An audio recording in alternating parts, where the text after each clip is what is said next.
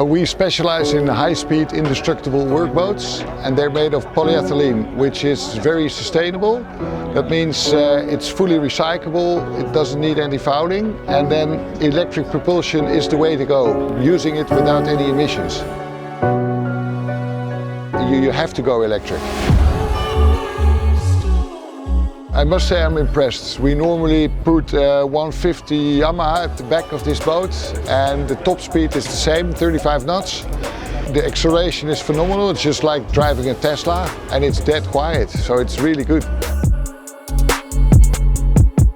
We want to be ahead of the game, and so does Evoy. This is the only viable solution yet above 100 horsepower, which gives us a good range and an autonomy. It's just plug and play.